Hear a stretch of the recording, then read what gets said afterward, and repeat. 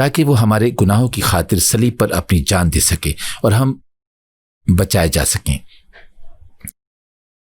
کیونکہ اگر یسوع مسیح ہمیں نہ بچاتے تو شاید آج ہم فضل کی زندگی نہ گزار رہے ہوتے. موت، افراتفری اور بے سکونی ہماری زندگیوں کا حصہ ہوتی. ہم کبھی بھی ایک اچھی زندگی نہیں گزار سکتے تھے. اسی وجہ سے ہم کبھی یہ نہیں کہہ سکتے تھے کہ خداوند انصاف کا خدا ہے یا وہ انصاف نہیں کرتا، کیونکہ اگر خداوند انصاف کرے گا تو ہمیں تباہ ہو جانا چاہیے، ہمیں زندگی نہیں ملنی چاہیے اور نہ ہی فضل ہماری زندگیوں کا حصہ ہونا چاہیے. لیکن خداوند کے رحم اور ترس کے باعث ہمیں اپنے گناہوں سے نجات ملتی ہے اور ہم پر خداوند کا فضل ہوتا ہے. اسی لیے خداوند سے جب بھی مانگیں رحم مانگیں، اس سے فضل مانگیں، کیونکہ اس کے انصاف پر ہم انسان کبھی پورا نہیں اتر سکتے. خداوند کے پیار کی انتہا یہی ہے کہ اس نے اپنا اکلوتا بیٹا بخش دیا تاکہ ہم ہلاک نہ ہوں بلکہ ہمیشہ کی زندگی پائیں. اس کے رحم اور ترس کی بدولت ہی ہمیں تباہی سے بچنے کا راستہ ملا ہے. خداوند نے ہمیں یہ چوائس دی ہے کہ ہم یا تو یسوع مسیح پر ایمان لا کر اپنے گناہوں سے توبہ کر لیں یا پھر ہم اسی راستے پر چلتے رہیں جس پر ہم چل رہے ہیں، جس کا نتیجہ موت اور تباہی ہے. اسی لیے پولس رسول کہتا ہے کہ خداوند جس پر چاہے ترس کھائے اور جس پر چاہے رحم کرے. اس کے اسی رحم اور ترس کی بدولت ہمیں یہ موقع ملا ہے کہ ہم تباہی سے بچ سکیں، ہمیں تباہی سے بچنے کا راستہ ملا ہے. تو آئیے آگے چلتے ہیں اور رومیو 9 باب اس کی 19 سے 23 آیت تک پڑھیں گے. رومیو 9 باب 19 سے 23 آیات. پس تو مجھ سے کہے گا پھر وہ کیوں عیب لگاتا ہے؟ کون اس کے ارادہ کا مقابلہ کرتا ہے؟ اے انسان، بھلا تو کون ہے جو خدا کے سامنے جواب دیتا ہے؟ کیا بنی ہوئی چیز بنانے والے سے کہہ سکتی ہے کہ تو نے مجھے کیوں ایسا بنایا؟ کیا کمہار کو مٹی پر اختیار نہیں کہ ایک ہی لوندے میں سے ایک برتن عزت کے لیے بنائے اور دوسرا بے عزتی کے لیے؟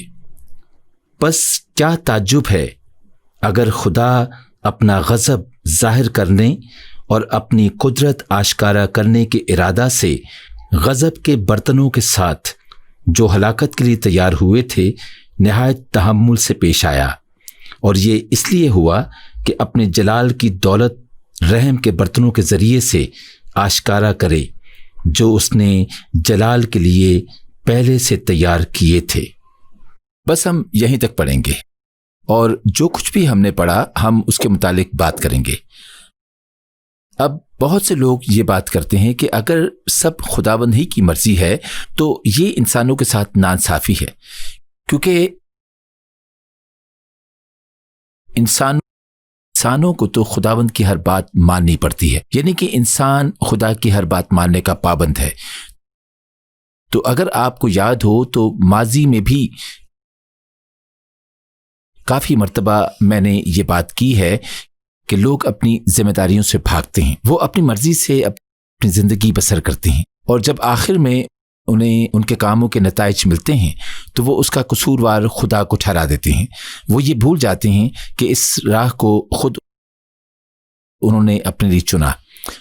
خداوند کئی بار مختلف طریقوں سے ہمیں کچھ سمجھانا چاہ رہا ہوتا ہے، لیکن ہم اس کی تمام باتوں کو نظر انداز کرتے ہیں کیونکہ انسان ہونے کی حیثیت سے ہم چاہتے ہیں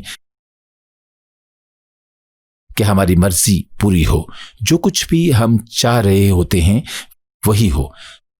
ہم زبانی طور پر تو اپنی دعاؤں میں خداوند سے یہ کہتے ہیں کہ خداوند میری زندگی میں میری مرضی نہیں بلکہ تیری مرضی پوری ہو، لیکن ہم کبھی بھی ایسا ہونے نہیں دیتے.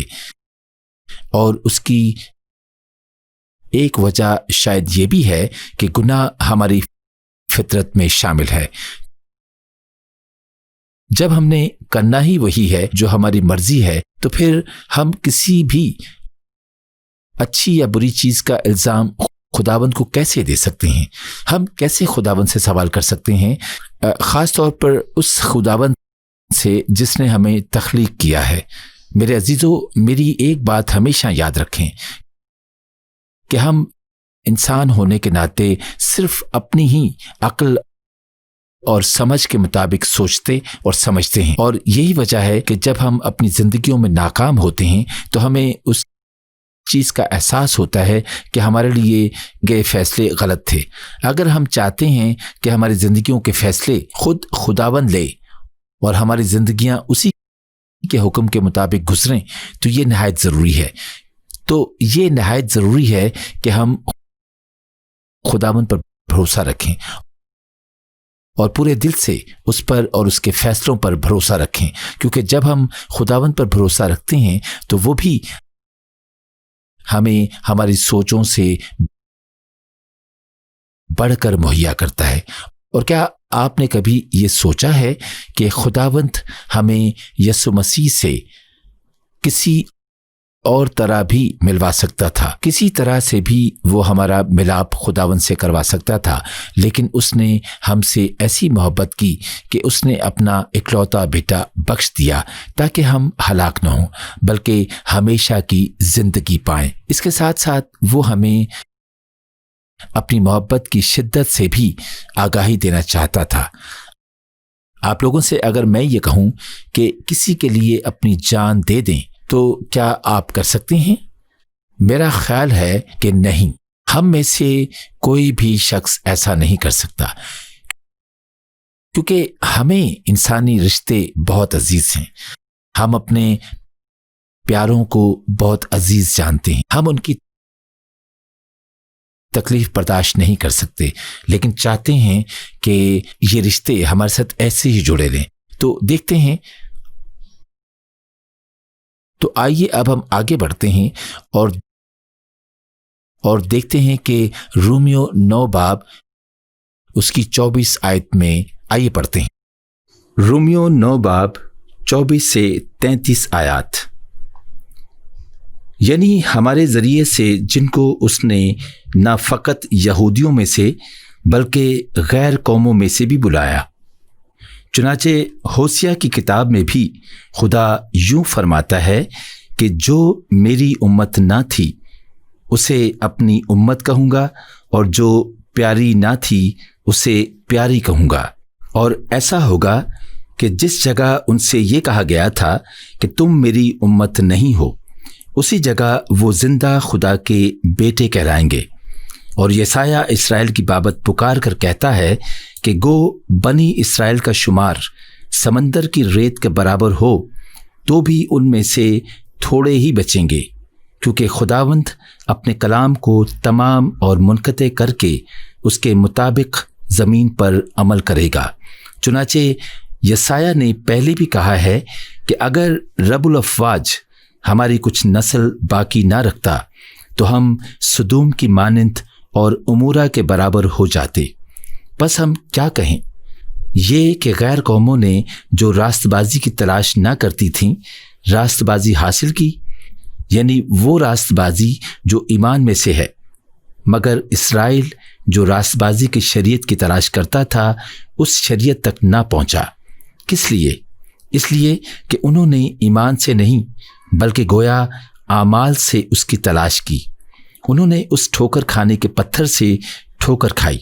چنانچہ لکھا ہے کہ دیکھو میں سیون میں ٹھیس لگنے کا پتھر اور ٹھوکر کھانے کی چٹان رکھتا ہوں، اور جو اس پر ایمان لائے گا وہ شرمندہ نہ ہوگا۔ اب پولس رسول صرف یہ کہہ رہے ہیں کہ خداوند نے صرف ایمانداروں اور یہودیوں کو ہی نہیں چنا بلکہ اس نے خود اپنی مرضی سے غیر قوموں کے لوگوں کو بھی چنا ہے۔ اور یہاں تک کہ پرانے عہد نامے کی بھی چند آیات ہمیں یہ بتاتی ہیں کہ خداوند پہلے سے ہی غیر قوموں کے لیے بھی نجات چاہتا تھا۔ اور ایک مرتبہ پھر میں یہ یاد کروانا چاہوں گا کہ نجات ہمارے اچھے اعمال، ہماری جدوجہد یا ہماری کسی بھی قسم کی کوشش سے نہیں ملتی، بلکہ ہمیں اس وقت نجات کا تجربہ حاصل ہوتا ہے جب ہم خداوند پر ایمان لاتے ہیں، اور اس بات پر بھی ایمان لاتے ہیں کہ خداوند ہی کے وسیلہ سے ہمیں نجات ملتی ہے، وہی ہمارا نجات دہندہ ہے۔ اور جیسا کہ ہم نے ابھی پچھلی چند آیات میں بھی پڑھا کہ نجات اعمال سے نہیں بلکہ ایمان سے جیتی جا سکتی ہے، اور بدقسمتی سے جو پرانے اسرائیلی تھے وہ اس بات کو نہ سمجھ سکے، انہوں نے خداوند سے نجات کو اپنے اچھے اعمال اور شریعت کے ذریعے سے جیتنا چاہا، اور یہی وجہ ہے کہ وہ خداوند کے ارادوں کو سمجھنے میں ناکام رہے۔ اور یہ تمام باتیں ہمیں پھر انہی باتوں کی طرف لے کر جاتی ہیں جو ہم شروع کے ایپیسوڈ میں کرتے تھے کہ ہم اپنے اعمال سے نہیں بلکہ اپنے خداوند پر ایمان کے موافق راست باز ٹھہرائے جاتے ہیں، کیونکہ اگر ہم اپنے اعمال کی ہی بات کریں تو ہم میں سے کوئی بھی شخص کامل نہیں ہے، ہم سب میں کوئی نہ کوئی برائی ضرور ہے، ہم سب ہی کی زندگیوں میں کوئی نہ کوئی ایسی بات ضرور ہوتی ہے جو خداوند کو ناپسند ہو۔ لیکن اگر ہم صرف اور صرف اس بات کو سمجھ لیں کہ یسوع مسیح نے ہمارے گناہوں کی خاطر صلیب پر اپنی جان دی تو ہم یقیناً خداوند کے حضور راست باز ٹھہرائے جائیں گے۔ تو اب اس وقت اس سے پہلے کہ میں ہمارے آج کے اس پروگرام کا اختتام کروں، میں ان تمام لوگوں کو دعوت دینا چاہتا ہوں جنہوں نے اب تک یسوع مسیح کو اپنی زندگیوں میں قبول نہیں کیا یا جو آج خداوند کے خاندان کا حصہ نہیں ہے۔ اگر آپ خداوند کو اپنی زندگیاں دینا چاہتے ہیں تو آپ کو یسوع مسیح کی دی گئی قربانی پر ایمان لانا ہوگا، وہ قربانی جو اس نے ہمارے گناہوں کے لیے دی تھی تاکہ ہم نجات یافتہ ہو سکیں۔ اگر آپ بھی خداوند کی نجات حاصل کرنا چاہتے ہیں تو یسوع مسیح پر ایمان لانا بہت ضروری ہے۔ اصل میں خداوند نے یہی کیا، وہ جانتا تھا کہ ہم اپنے زور اپنی طاقت سے کچھ نہیں کر سکتے، اسی لیے بجائے اس کے کہ وہ ہم سے یہ تقاضا کرتا کہ ہم اس کے لیے شریعت کو پورا کریں، اس نے خود ہمارے لیے شریعت کے تمام تقاضوں کو پورا کر دیا۔ اور یہی وجہ ہے کہ خداوند نے یسوع مسیح کو اس دنیا میں بھیجا۔ بائبل مقدس ہمیں یہ بتاتی ہے کہ یسوع مسیح نے گناہوں سے پاک زندگی گزاری، وہ ہمارے لیے ایک مثال بنا اور اس نے ہمیں ایک کامل زندگی گزار کر یہ بتایا کہ خداوند کی ہم سے کیا امیدیں تھیں، وہ ہم سے کس قسم کی زندگی چاہتا تھا، کس قسم کی زندگی کی توقع رکھتا تھا۔ اس قدر کامل اور خوبصورت زندگی گزار کر بھی یسوع مسیح نے ہماری خاطر صلیب پر اپنی جان دی تاکہ ہم اس کی دی گئی قربانی پر ایمان لائیں، اور جب ہم اس پر ایمان لاتے ہیں تو خداوند بھی ہمیں بہت برکتوں سے نوازتا ہے، کیونکہ یسوع مسیح پر ایمان لانا گویا خود خداوند پر ایمان لانا ہے، اور یسوع مسیح کے وسیلہ سے بھی ہم خداوند کو اے باپ کہہ کر پکارتے ہیں۔ میں بعض اوقات یہ سوچتا ہوں کہ اگر یسوع مسیح ہمارے لیے اس دنیا میں نہ آتے تو ہماری زندگیاں کیسی ہوتی، ہم آج بھی بے شمار قسم کے گناہوں سے گھرے ہوتے، اور سب سے بڑھ کر خداوند کا قہر ہماری زندگیوں کا حصہ ہوتا۔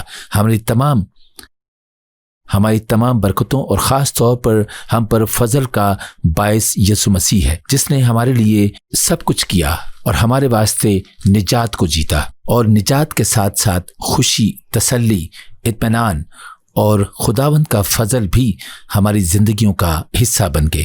اسی لیے میں نے آپ سے یہ کہا تھا کہ اگر ہم خداوند کے بیٹے بیٹیاں کہلائے جانا چاہتے ہیں تو ہمیں یسوع مسیح کی دی گئی قربانی پر ایمان لانے کی ضرورت ہے۔ اصل میں خداوند نے یہی کیا، وہ جانتا تھا کہ ہم اپنے زور اپنی طاقت سے کچھ نہیں کر سکتے، ہم آج بھی بے شمار قسم کے گناہوں سے گھرے ہوتے۔ آج اگر آپ خداوند کو اپنی زندگیاں دینا چاہتے ہیں تو آپ کو یسوع مسیح کی قربانی پر ایمان لانا ہوگا، اور میں آپ لوگوں سے یہ گزارش کروں گا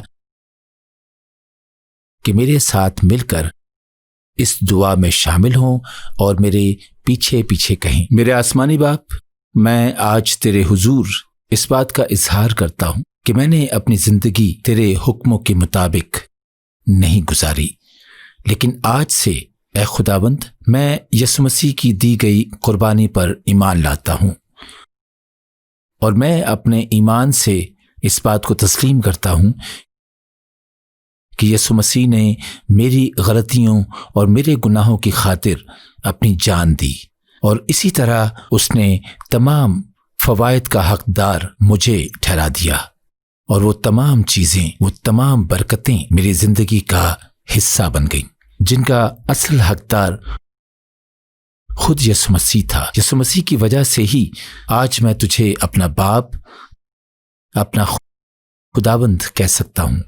خداوند، آج میں تیرے حضور اس بات کا عہد کرتا ہوں کہ میں خداوند کے مقصد کو اپنی زندگی میں پورا کروں گا، اور ویسی ہی زندگی بسر کروں گا جیسی خداوند مجھ سے چاہتا ہے۔ خداوند، میں تیرا شکر کرتا ہوں، آمین۔